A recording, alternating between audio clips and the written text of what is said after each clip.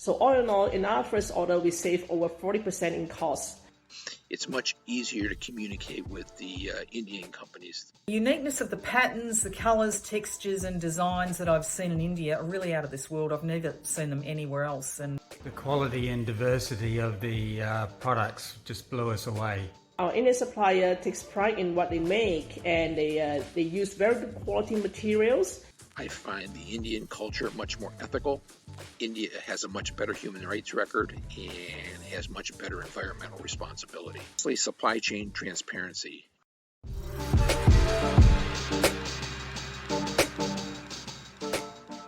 My name is John Paladin from Jacksonville, Florida. I own a patented men's underwear brand, UFM Underwear, as well as a 3PL, FBMFulfillment.com. We sell our products on Amazon, 3 websites, and Walmart.com. I'm Annie. I'm an Amazon seller, and I've been selling for over 3.5 years now. my name's Trish and I'm in Melbourne, Victoria. My Amazon journey began in 2019, and a few months later I was lucky enough to head over to India on Megla's sourcing trip. We all had such a wonderful time and I'll remember it forever. Bill Kershaw here. Mary and I started our Amazon journey back in late 2018 by joining Reliable Education. After throwing ourselves into the program, we attempted to source from China through the usual channels of Alibaba and sourcing agents. To be honest, we found the whole process a little bit overwhelming and intimidating. The language barrier, the high MOQs was something we weren't comfortable with, and we just didn't want to throw all our resources into one product. We sourced from China for 5 years before moving to India 3 years ago, and we're glad we moved to India. Here are some of the advantages of working with India over places like China. First of all, probably the biggest is the language in English. English is actually a universal language inside of India, and it's much easier to communicate with the Indian companies in English than it was working with China. When I go to India, I actually do visit the factories on a regular basis. You can actually communicate down through the organization quite easily, all the way from the general manager down to the workers on the factory floor. Also, the specs are much easier to manage with the Indian companies. In China, what I found was that they would only have like one person that spoke English at the company, and everything had to get translated, and you don't know if it was translated correct or not. As most of us do, I started my sourcing journey from China, and for the first couple of years, we have a lot of issues with product quality. Our products are textile based and it's handmade. Despite that, we have a lot of quality issues. We did on-the-line inspection, we did 100% inspection, we did a pre-inspection, we did re-inspections as well. Despite that, still some products just slipped through the crack, were sent to US, and then we caught quite a lot of negative reviews from customers. We even have destroyed quite a lot of products that were sent to US. And in addition to that, in Trump's tariffs, when it was introduced, our products is one of those affected.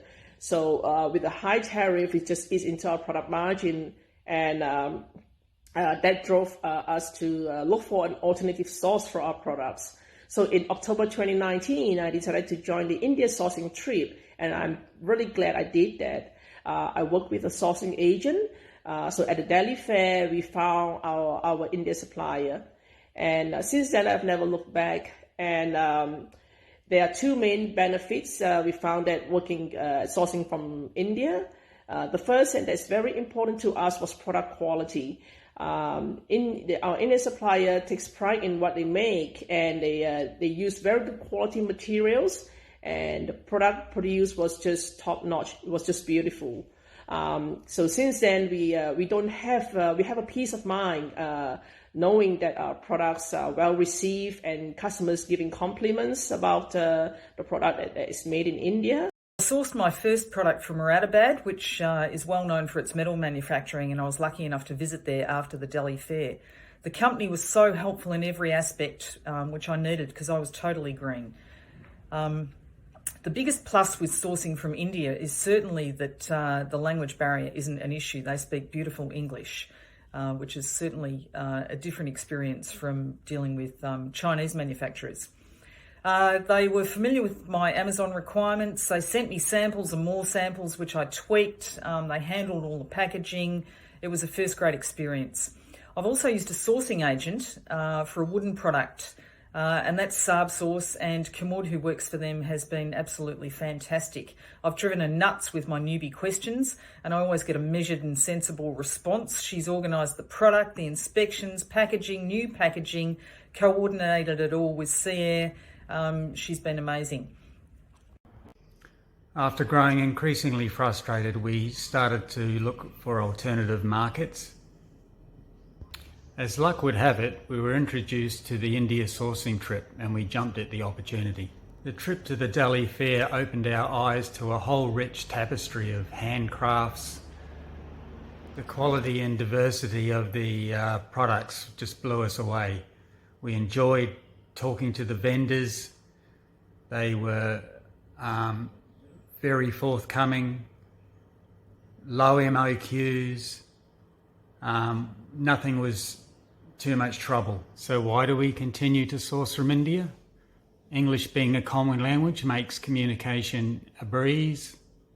The Indian manufacturers care about the products that they produce. And of course, the freight logistics is a lot easier. Sending stock out from Mumbai directly to New York. It's approximately about a 3-week trip. There are some slight delays in New York, but overall it's a lot better than what it is out of China. I find the Indian culture much more ethical, based on their religious principles. India has a much better human rights record and has much better environmental responsibility. And lastly, supply chain transparency is important.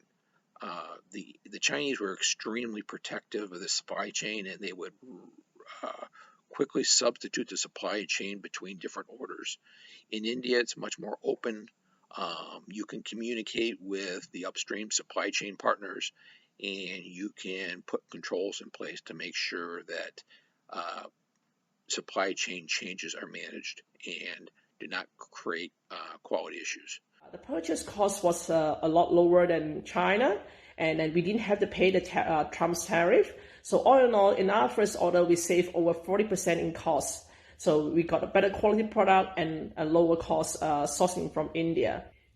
However, recently we have to order from China again due to the pandemic, which hit India pretty hard. And once again, we faced with quality issues again from the suppliers. We did switch suppliers, but we still face the same issues. The costs have risen a lot. So literally, we pay more, getting a less, not a very good quality product. Right now, we'll just source what we could from India. We have expanded our range to include other products like home decor products. So yes, I would highly recommend, that's for sure, sourcing from India. Just have to work into your timeline, because a lot of the products are handmade, so the production time could be a bit longer. So you have to work that into your projection and your timeline.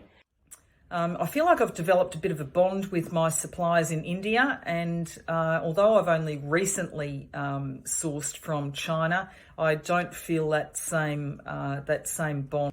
So yeah, the uniqueness of the patterns, the colours, textures and designs that I've seen in India are really out of this world. I've never seen them anywhere else, and I've been to a few places in my time. The items are often handcrafted, and again, that's totally different from what you're likely to get in China, but you do pay more because of the work. They're often individually made by a person who has learnt and perfected their craft over many years. The product that's being made for me at the moment is designed by them with my help. The fabric's dyed, the stitching's done, the beads and buttons are hand sewn on. Every stage of it is done by hand. I've got a video of the entire process which has been really interesting to watch. The artisans are so deft and the skills they possess amazing. It just must take them years and years to learn. Even if the products are machine made, the designs are so different to anything you'll see anywhere else. So there's some beautiful products to be discovered in India and lots of rabbit holes to go down. So have fun on your journey. India Sourcing Network, which we have access to, just gives us the best of the best. It's like having our own little Alibaba at our fingertips.